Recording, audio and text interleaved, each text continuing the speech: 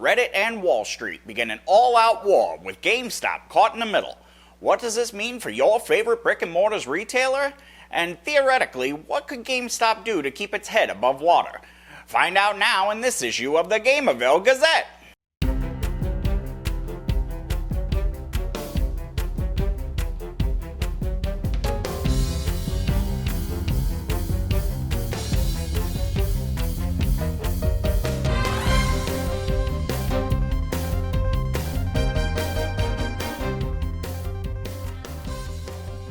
Hello residents of Gamerville and welcome back to your trusted news source, the Gamerville Gazette. As always, I am your host, Theodore Smith, aka Teddy, here to give you the inside scoop on today's top headlines. Hit that subscribe button so that you never miss an issue, and I promise I'll stop bothering you about it next time. Last time I was kidding, but seriously, I'm totally serious this time. The physical game retailer that will not die, GameStop, has been making headlines for all of the wrong reasons this week. Honestly, my head is just spinning thinking of all the details and how this all works. Now, before I say anything, please note that I am just a 1920s news journalist and not a financial analyst, so please cut me some slack if I misrepresent the details of this whole convoluted thing. From what I understand, Reddit terrorists have decided to upend the entire stock market by using GameStop as a guinea pig in an experiment involving short-selling stock, some maneuver called a short squeeze, which I hope isn't a sex thing, and what looks to be an ill-advised feud with Citron Investments. I've included a link to the GameSpot article outlining the whole thing. But to sum it up, investors were making money by nailing the coffin shut on our pals GameStop. And a bunch of wealthy meme lords have apparently turned the tables on them, which is making the share price of GameStop skyrocket. Now, I wasn't even going to cover this story originally, because on Monday, from the way I understood it, the whole thing took off over the weekend and had already begun to settle down. But I guess Reddit decided the meme isn't over until the TikToker sings. Please tell me I'm using this terminology correctly. I'm longing for the days of my original beat, tracking Brunos and chopper squads, exchanging firewood buttons, and taking a trip to the cooler downtown. End of the day, this story likely won't matter much in the long term. Eventually, the dust will settle, and GameStop might wind up in a bit more of a positive position than they were a week or so ago. But I think the main reason that this story is getting everyone's attention is that deep down, us gamers, we don't actually want to see GameStop biting the big one. After decades of being our entryway to the digital entertainment space, it's a sad sight to watch it stumble toward the sunset, like an outlaw succumbing to the civilization of the Old West. Pretty good analogy, am I right? Well, I refuse to stand by without offering a few suggestions on how GameStop can turn that frown upside down, in a financial sense. I scratched the old noggin and came up with these 5 solutions of how to keep the dream of an unnecessary brick-and-mortar games retailer alive. Option 1. Pampered Chef. Bored middle-aged housewives everywhere are discovering the power behind Pampered Chef. According to their website, in our booming gig economy, working with Pampered Chef offers thousands the best path to building a business that is scalable, flexible, accessible, and profitable. That sure sounds like a recipe for success to me. And think about the branding opportunities.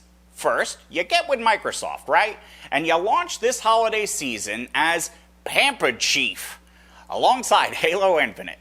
Leverage your ownership of ThinkGeek, and now you're offering Assassin's Creed Hidden Blade knife sets, Breath of the Wild cookbooks, or some sort of versatile square baking mold that we tell people is Minecraft related or something. Listen, I can't be expected to do all your work for you here. Before you know it, all of your employees will be driving pink Cadillacs. Wait, that's Mary Kay. What's the Pampered Chef equivalent here? A blue t-shirt?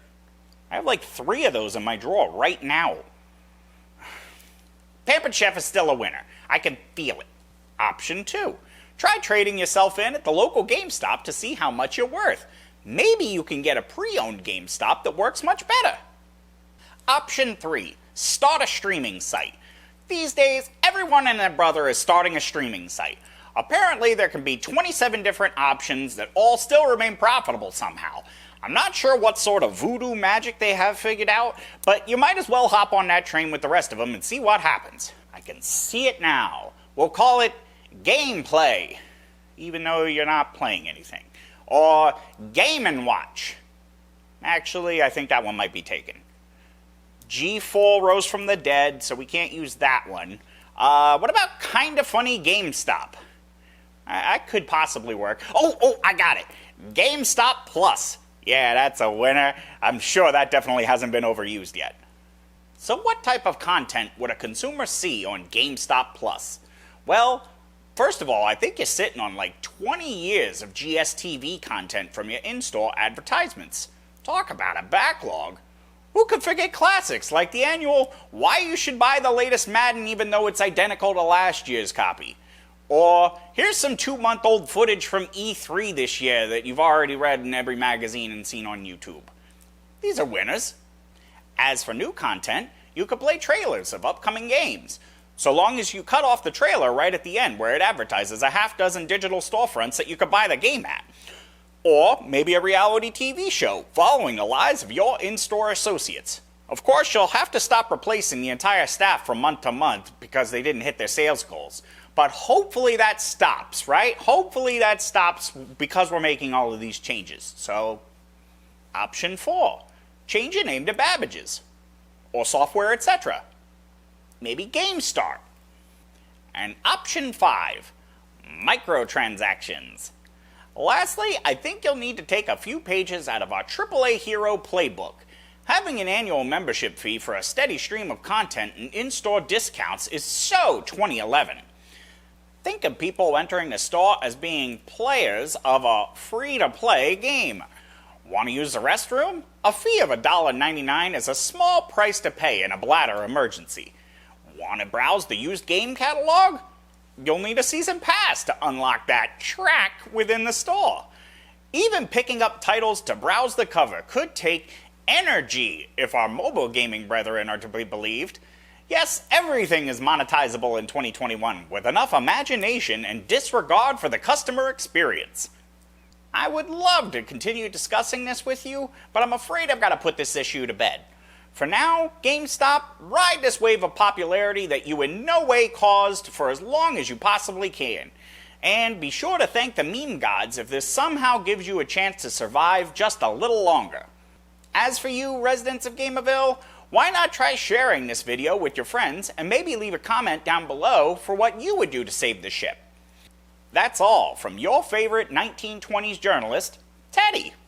For more on the greatest takes on the latest news, subscribe to this channel and keep an eye out for the next issue of the Gamerville Gazette.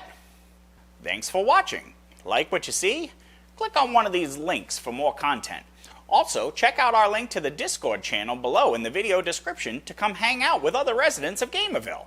Catch the next issue soon.